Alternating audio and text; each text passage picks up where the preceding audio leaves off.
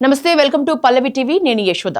ఇప్పుడు నేను చెప్పబోతున్న అంశం నిజానికి అన్ని దేశాల్లో అందరూ ఎదుర్కొంటున్నారా అని అనిపిస్తుంది. ఏంటి విషయం అంటే, అమెరికాలో లక్షలాది మంది తీవ్రమైన మానసిక ఆర్థిక ఒత్తిడికి గురై నిజానికి వాళ్ళు జాబ్స్ కూడా కోల్పోతున్నారట. ఎట్లా అంటే, ఒకే సమయంలో ఇటు వృద్ధ తల్లిదండ్రుల బాగోగులు చూసుకుంటున్నారు, మరోవైపు పిల్లల ఆలన పాలనతో మునిగిపోవటం వల్ల వారి జీవితాలన్నీ సంక్లిష్టంగా మారుతున్నాయట.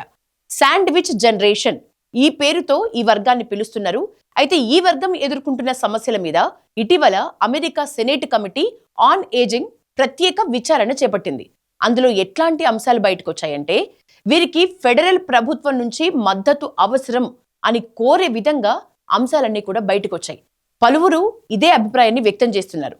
ఖచ్చితంగా వీళ్ళకి ఒక హెల్ప్ కావాలి. విషయం ఏంటంటే, సెనేట్ కమిటీ చైర్మన్ రిక్ స్కాట్ మాట్లాడుతూ ఏం చెప్పిందంటే, అమెరికా దేశవ్యాప్తంగా సుమారు 11 మిలియన్ల మంది అమెరికన్స్ వృద్ధ తల్లిదండ్రులు పిల్లల బాధ్యతలతోని సతమతమవుతున్నారని తెలిపారు. వీరిలో ప్రతి 5గురిలో ఒకరు, అంటే ఎంత పెద్ద స్థాయిలో ఉన్నారు చూడండి, తమ ఉద్యోగ వేళల్ని తగ్గించుకోవడం చేస్తున్నారు. 5గురిలో ఒకరు, లేకపోతే పూర్తిగా ఉద్యోగాన్ని మానేస్తున్నారు. ఈ లెవెల్లో అక్కడ పరిస్థితి ఉంది. వీళ్ళంతా ఆవేదన వ్యక్తం చేస్తున్నారు. ముఖ్యంగా అమెరికాలో వేతనం లేని ఈ సంరక్షణ విలువని లెక్కగడితే ఏటా $600 బిలియన్ కి పైగా ఉంటుందని ఆయన అంచనా వేసిండ్రు. మరోవైపు ఈ విచారణలో సెనేటర్ యాండీ కిమ్ తన వ్యక్తిగత అనుభవాన్ని పంచుకున్నారు. తన తండ్రికి అల్జీమర్స్ వ్యాధి నిర్ధారణ అయిన తర్వాత తాను కూడా ఈ శాండ్విచ్ జనరేషన్ లో చేరానని, ప్రస్తుతం ఆయన బాగోగులు చూసుకోవటానికి కూడా ఒక కేర్ గివర్ ని నియమించాల్సి వస్తోందని ఆయన కూడా వివరించారు. ఇక ఫ్లోరిడాకు చెందిన మేఘన్ మహేర్ అనే మహిళ కూడా మాట్లాడింది ఇదే విషయం మీద. తన మొదటి బిడ్డ పుట్టిన కొన్ని వారాలకి తన తల్లికి క్యాన్సర్ వచ్చింది. సో క్యాన్సర్ అని తేలటంతో ఆమె ఒకేసారి ఇటు మాతృత్వం, అటు కేర్ గివర్ బాధ్యతలు రెండూ మోయాల్సి వచ్చిందని ఆమె ఏడుస్తూ చెప్పింది.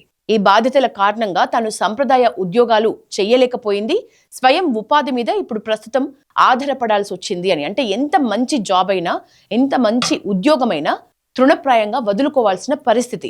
సో ఈ స్థాయిలో పరిస్థితి ఉంది కాబట్టి కేర్ గివర్స్ కి పన్ను మినహాయింపులు ఇవ్వాలి, వేతనంతో కూడిన సెలవులు ఇవ్వాలి, వారి సేవలకు ముఖ్యంగా సోషల్ సెక్యూరిటీ క్రెడిట్స్ వంటివి అందించే విధానాల మీద కాంగ్రెస్ ని దృష్టి పెట్టాలని ఈ బాధితులు అలాగే నిపుణులు అందరూ కూడా కోరుతున్న పరిస్థితి. మరి వీరి కోరిక మేరకు కాంగ్రెస్ ఏమైనా మార్పులు చేర్పులు, వీళ్ళకి ఏమైనా క్రెడిట్స్ అందించే విధంగా నిర్ణయాలు తీసుకుంటుందా లేదా అనేది మాత్రం వేచి చూడాల్సిన పరిస్థితి.